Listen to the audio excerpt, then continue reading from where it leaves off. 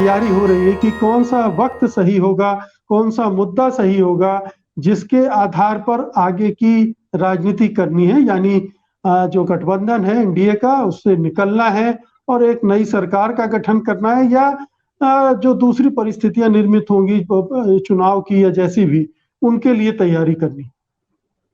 मुझको तो मैं तो कहूंगा कि ये दिल से आगे की बात है।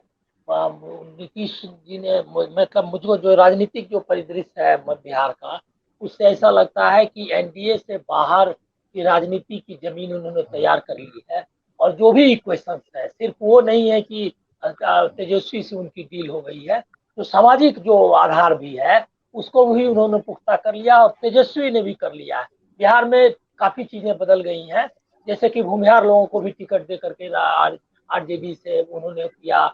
इस तरह से एक इक्वेशन जो एक तरह से जो बिहार की राजनीति में करीब करीब स्थिरता आ गई थी एक समीकरणों के हिसाब से, वो स्थिरताएं टूट गई हैं और एनडीए के खिलाफ है वो सारी जो टूटी है। और दूसरा ये मैं कहूंगा कि जैसे बोचहा का इलेक्शन हुआ या ये बाकी जो हुए, तो नीतीश ने जो बीजेपी के खिलाफ जो चीजें जाने वाली थी उसको उन्होंने सहूलियतें दी, मतलब जाने दिया, आगे बढ़ाया। और तीसरी बात है क्या कि जो भी नैरेटिव बीजेपी का नेशनल लेवल पे चल रहा है, जिसमें हिजाब का मुद्दा हो या अभी जो है ये वाला मुद्दा, सारे मुद्दों पर बीजेपी को उन्होंने नकार दिया और उसके खिलाफ गए वो।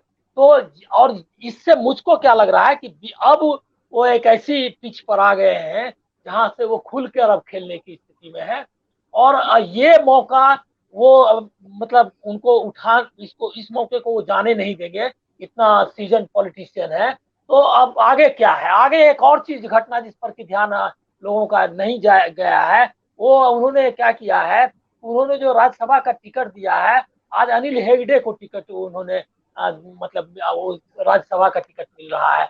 अनिल हेगड़े जो है वो जॉर्ज फर्नांडिस के ये थे और बेंगलोर में है, मतलब बेस्ड है, मतलब कर्नाटक के रहे, लेकिन बिहार में लंबे समय से काम करते रहे। बहुत ही मतलब डेडिकेटेड, समर्पित ये कार्यकर्ता है समाजवादी आंदोलन के। और वो जो है उसको उन्होंने टिकट दिया। तो इससे मुझको ये मतलब एक छोटा संकेत है, लेकिन इससे मुझको ये लग रहा है कि नीतीश के जो राष्ट्रीय एम्बिशंस हैं वो भी अब दिखाई दे रहे हैं कि वो अब बिहार से बाहर की राजनीति करना चाहते हैं और एनडीए से अब बीजेपी के दबाव से मुक्त हो रहे हैं, हो चुके हैं।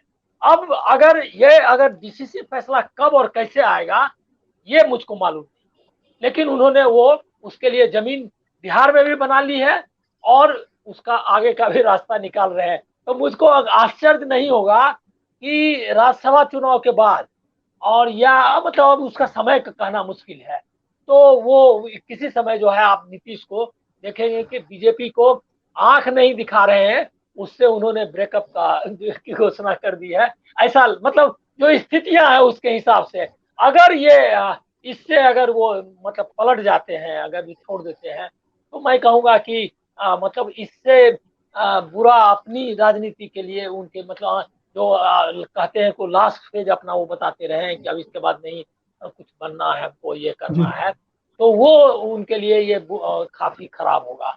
लेकिन है अब मौका, अब कुछ अच्छा कर सकते हैं वो। और जिसके लिए जो है काफी लोग उनसे उम्मीद करते थे बिहार के या बिहार से बाहर के भी, वो उसके लिए उन्होंने जगह बना ली है। तो मैं तो बहुत पॉजिटिवली देख रहा हूँ उस हिसाब से कि नीतीश के लिए काफी अनुकूल है। और सुशील मोदी के बारे में सही कहा उन्होंने।